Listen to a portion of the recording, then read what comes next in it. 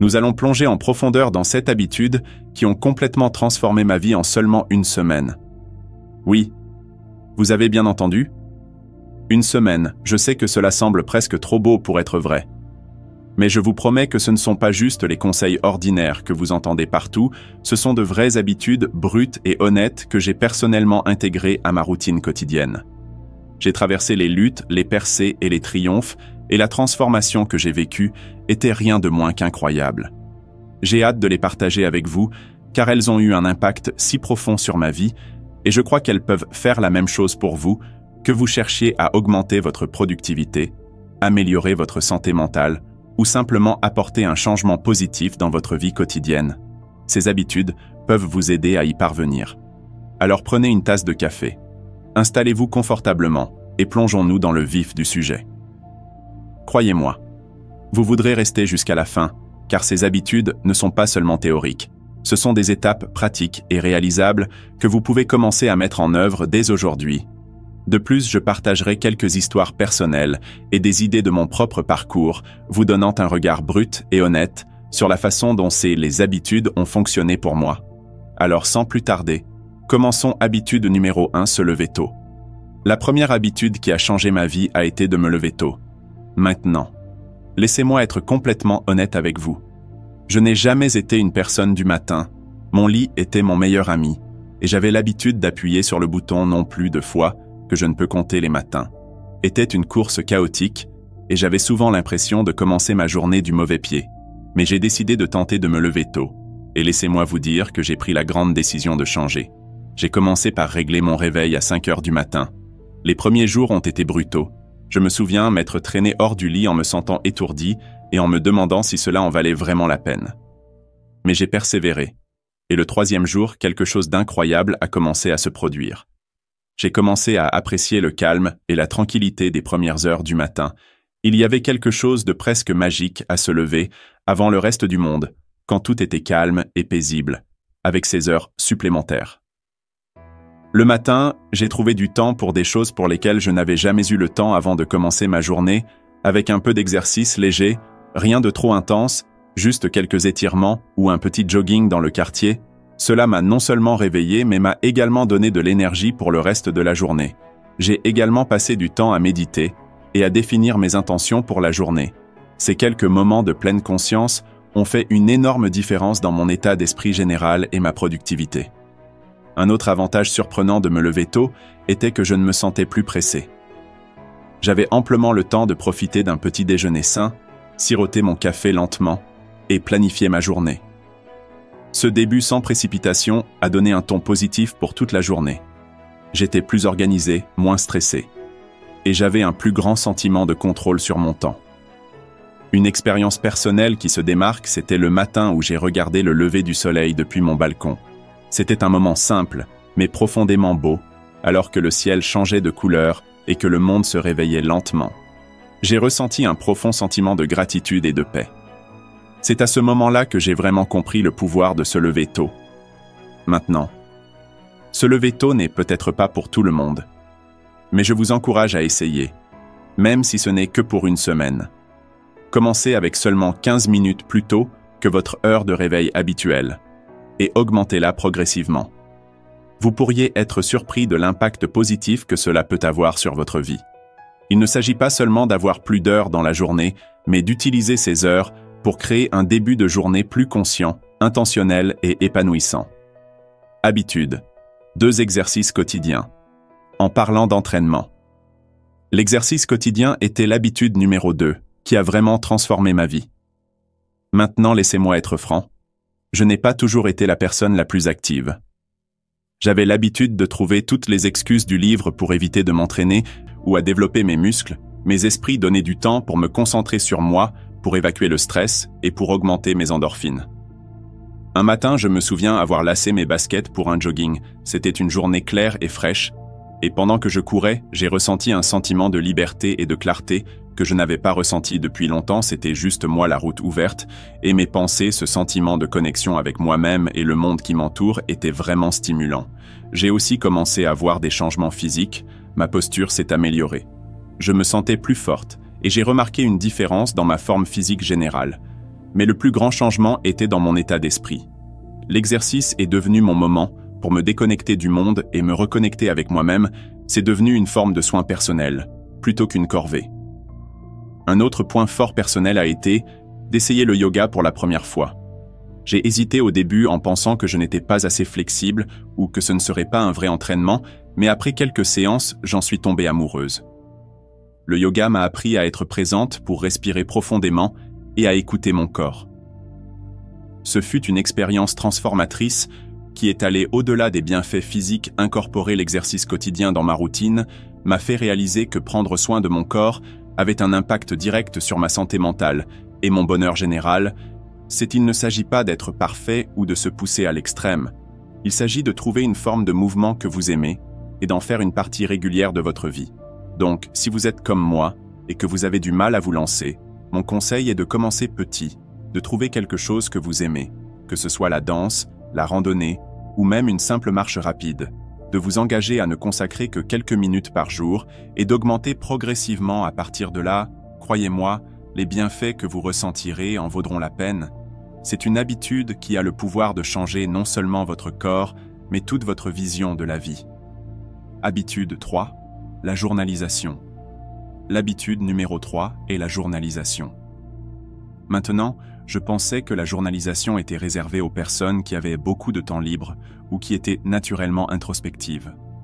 J'étais sceptique, je veux dire, qui a le temps de s'asseoir et d'écrire sur sa journée quand il se passe tant de choses. Mais une semaine de journalisation régulière a complètement changé ma perspective, et c'est devenu la pierre angulaire de mon parcours de croissance personnelle. J'ai commencé simplement chaque soir avant de me coucher, j'ai consacré seulement 10 minutes à la journalisation. J'ai acheté un carnet simple et un stylo qui était confortable dans ma main. Pas d'application sophistiquée, pas de pression pour le rendre joli, juste moi et mes pensées. La première nuit, j'ai regardé la page blanche sans savoir quoi écrire, mais j'ai commencé par quelque chose de basique. Comment ma journée s'est déroulée, ce qui m'a rendu heureux et ce avec quoi j'ai lutté.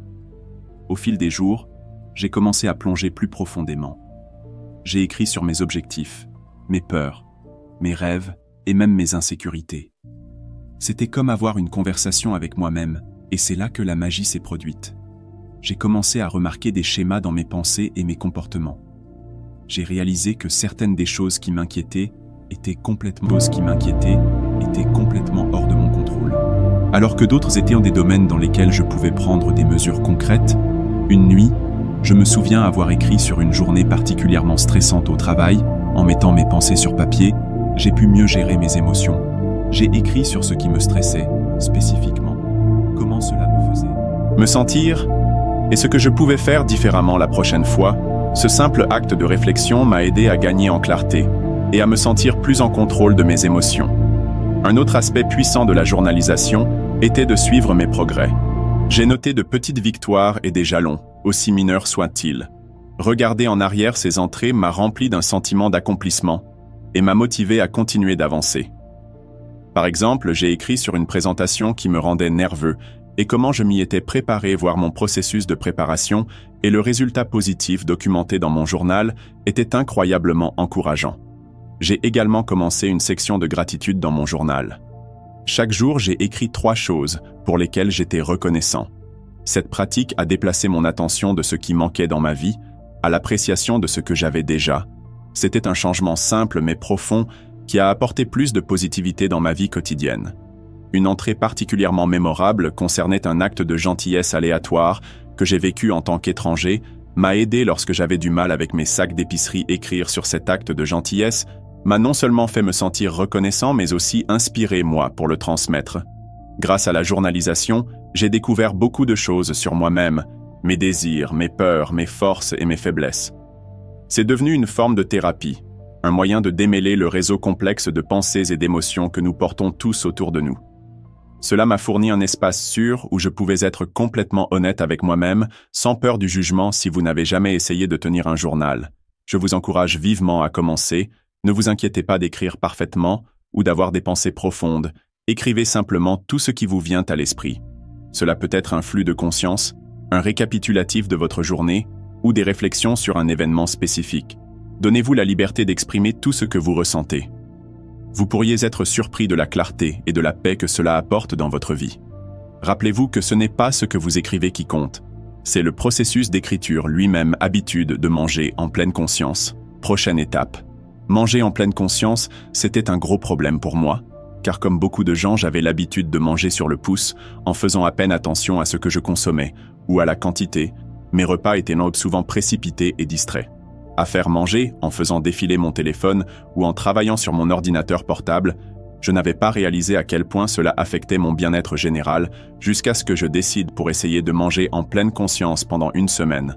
Manger en pleine conscience consiste à prêter toute son attention à l'expérience de manger et de boire à l'intérieur et à l'extérieur du corps. Il s'agit de savourer chaque bouchée en remarquant les saveurs, les textures et même les sons de votre nourriture. Je me suis donc engagé à manger tous mes repas en pleine conscience. J'ai commencé par préparer le terrain pour mes repas. J'ai débarrassé ma table à manger, j'ai aménagé un endroit agréable pour moi et j'ai supprimé toutes les distractions. Pas de téléphone, pas de télévision, pas d'ordinateur portable. C'était un peu étrange au début de m'asseoir tranquillement avec mon repas, mais c'est rapidement devenu un rituel apaisant. Je commençais chaque repas par quelques respirations profondes pour me centrer et me concentrer sur le moment présent. L'une des premières choses que j'ai remarquées était à quel point j'appréciais davantage ma nourriture. Je prenais le temps de vraiment goûter et d'apprécier chaque bouchée. Les aliments que j'avais mangés des centaines de fois auparavant avaient soudainement de nouvelles saveurs et textures délicieuses que je n'avais jamais vraiment remarquées. Par exemple, le croquant des légumes frais et la douceur des fruits mûrs sont devenus beaucoup plus prononcés. C'était comme expérimenter la nourriture en haute définition. Un autre changement majeur était à quel point je me sentais plus satisfait après les repas en mangeant lentement et en pleine conscience.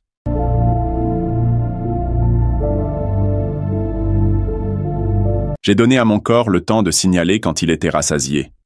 C'était un grand changement pour moi, car j'avais l'habitude de manger rapidement, et je finissais souvent par trop manger en faisant attention à mes signaux de faim et de satiété. J'ai découvert que je mangeais naturellement moins et que je me sentais plus satisfait. Une expérience mémorable a été avec un simple bol de flocons d'avoine. Normalement, je l'engloutirais. Sans hésiter, mais cette fois, j'y suis allé lentement savourant la texture crémeuse de la douceur subtile du miel que j'ai arrosé dessus. C'est devenu un moment de gratitude et pleine conscience qui ont donné un ton positif au reste de ma journée. J'ai également commencé à remarquer comment différents aliments me faisaient me sentir lourd. Les aliments transformés me laissaient paresseux et ballonné, tandis que les aliments entiers frais me faisaient me sentir énergique et léger. Cette prise de conscience m'a amené à faire des choix plus sains, naturellement sans me sentir privé ou restreint. Un autre aspect de l'alimentation consciente est d'être conscient des connexions émotionnelles que nous avons avec la nourriture. J'ai commencé à reconnaître quand je mangeais par ennui, stress ou confort émotionnel, plutôt que par véritable faim. Cette prise de conscience était puissante, au lieu de grignoter sans réfléchir. Je pouvais aborder l'émotion sous-jacente.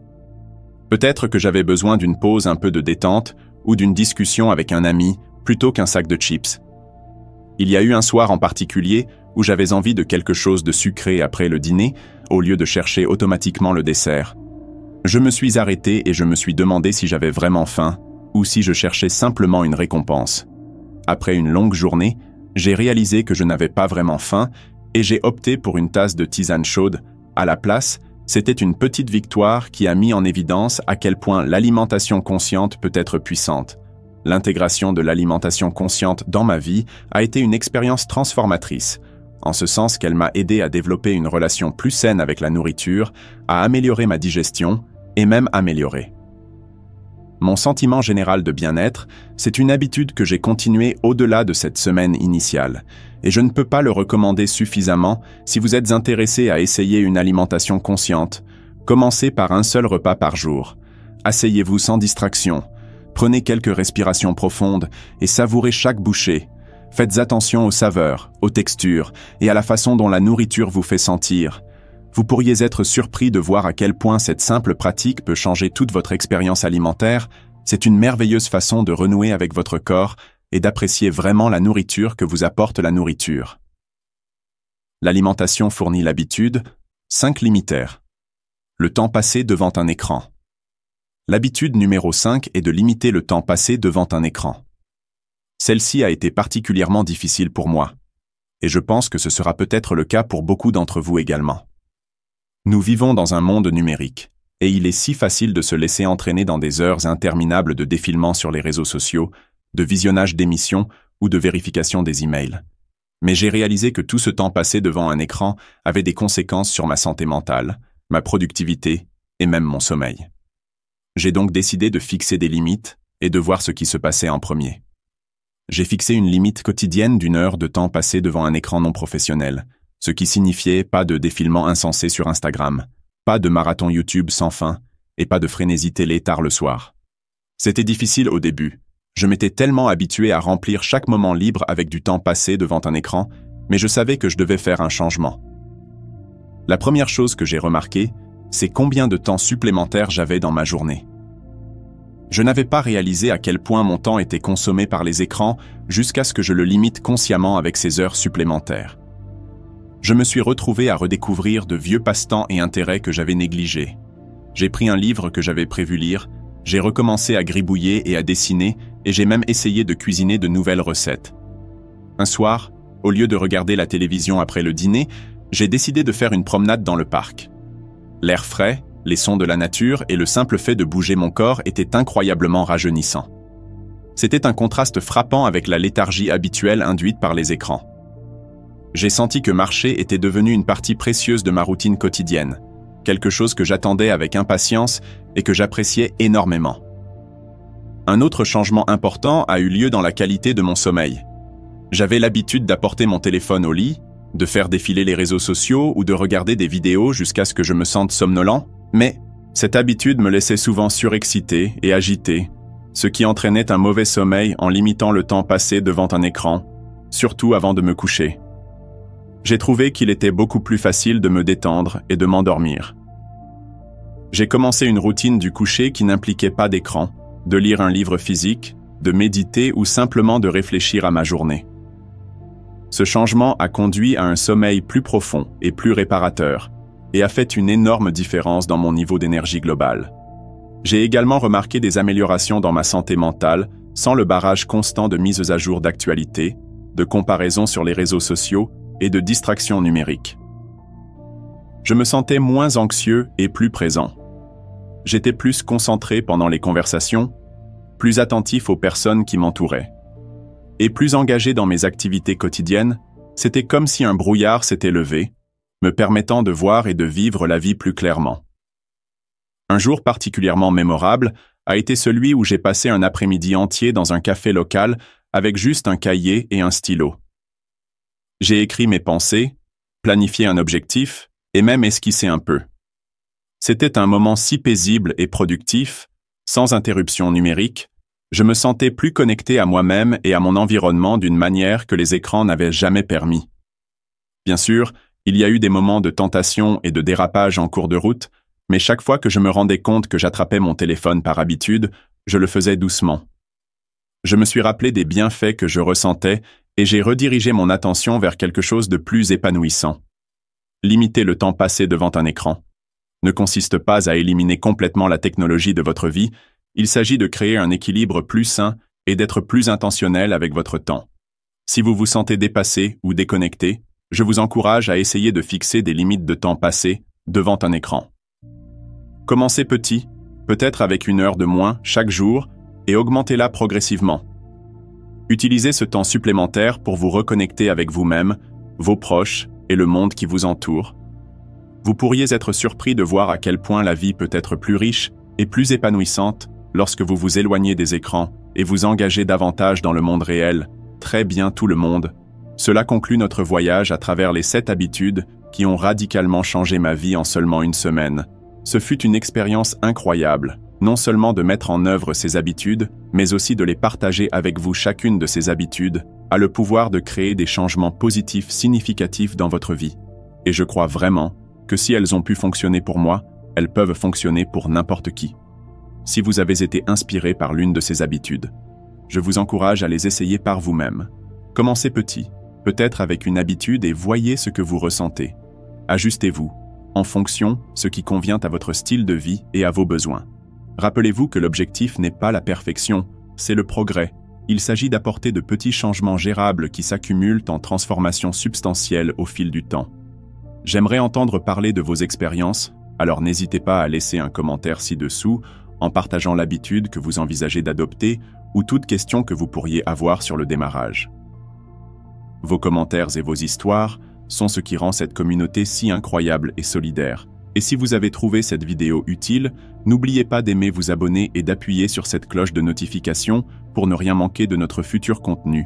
Nous avons beaucoup plus d'idées et de conseils à venir que vous ne voudrez pas manquer. Partager cette vidéo avec des amis ou des membres de la famille qui pourraient bénéficier de ces habitudes pourrait également faire une énorme différence dans leur vie.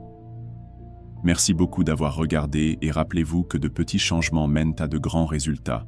Continuons à grandir, continuons d'évoluer et transformons nos routines quotidiennes en puissants moments d'auto-amélioration. À bientôt dans la prochaine vidéo. Restez géniaux, tout le monde qui conclut notre voyage à travers les 7 habitudes qui ont radicalement changé ma vie en seulement une semaine. Ce fut une expérience incroyable. Non seulement de mettre en œuvre ces habitudes, mais aussi de les partager avec vous. Chacune de ces habitudes a le pouvoir de créer des